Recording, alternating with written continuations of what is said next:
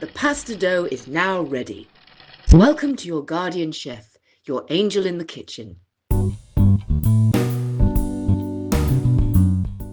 Today we're making classic Italian pasta all'uovo. That's fresh pasta dough made with semolina flour and eggs. This is the pasta dough from Emilia Romagna, and it's the base to make lasagna, tagliatelle, fettuccine and spaghetti. Growing up in Rome, we would make this as a family every Sunday. It was a fun way to spend time together and, of course, enjoy the exquisite result of our labour. I'm sure you will enjoy it too.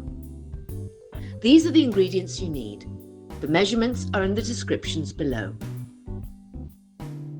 Authentic Italian pasta needs durum wheat semolina flour. It's higher in protein than 00 flour, giving the pasta that perfect al dente texture and helping it hold its shape. We're using a KitchenAid mixer today to make things so much easier. I know a KitchenAid is an investment, but if you love to cook Italian food from scratch, it's absolutely worth it. With all the practical attachments, I use it for many other Italian recipes, not just pasta. And those pasta rolls? They're surprisingly useful for other things too, which I'll tell you at the end. Now, let's make the dough. Add the ingredients to the mixer bowl. Basic rule is for each portion of pasta, you'll need 100 grams, or 3.5 ounces, of semolina flour and 1 large egg. For every 2 eggs, add 1 tablespoon of olive oil.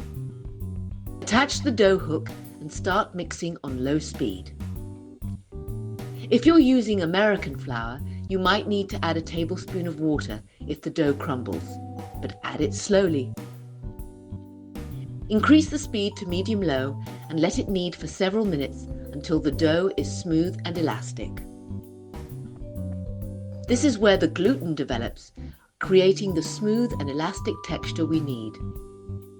The dough should start to pull away from the sides of the bowl and form a relatively smooth ball.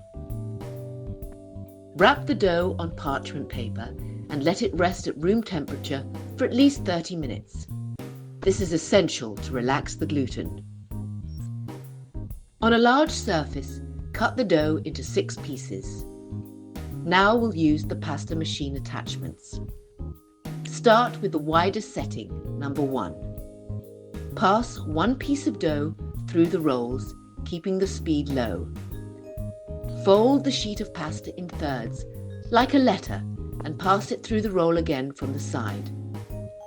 This helps create a more even and rectangular shape, further developing the gluten and resulting in a smoother texture. Repeat this folding and rolling process 3 to 4 times, or until the dough is smooth and you hear a bubble burst. This indicates good gluten development. The first sheet is ready and you can start rolling the next one. Once we've rolled our dough portions into basic sheets at the widest setting, it's time to make them thinner. We'll do this gradually, using the numbered settings on the pasta machine. Reduce the setting to number 2 and pass each sheet through once. We will not fold them this time. Then, reduce the setting to number 3 and pass each sheet through again. Finally, reduce the setting to number 4 and pass each sheet through one last time. As the sheets get thinner, they'll also get longer. If they become too long to handle easily, just cut them in half with a knife or a bench scraper. The thickness of your pasta sheets will depend on the type of pasta you're making. On our pasta machine, we'll use setting number 4 for lasagna, spaghetti, tagliatelle and fettuccine. If you're making tortellini or ravioli, you want to go 1 step thinner to setting number 5. Great job! At this point, the majority of the work is done. We just need to cut our beautifully thinned pasta sheets into their final shapes. For lasagna, your sheets are ready to go. No special cutter needed. Setting number 4 is perfect.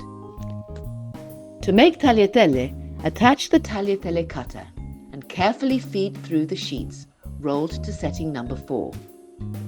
For spaghetti, switch to the spaghetti cutter and repeat the process.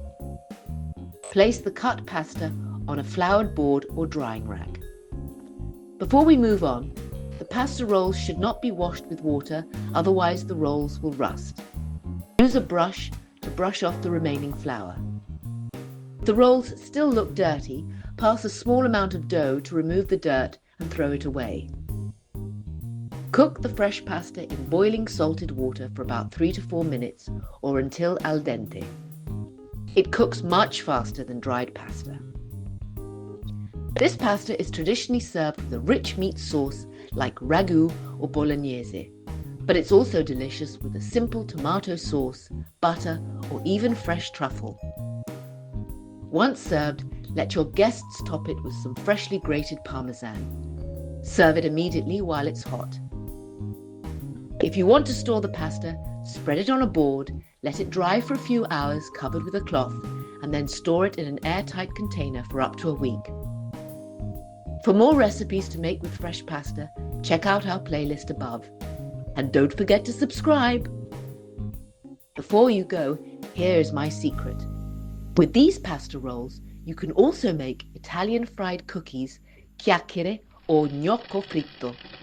Find the recipes in these videos.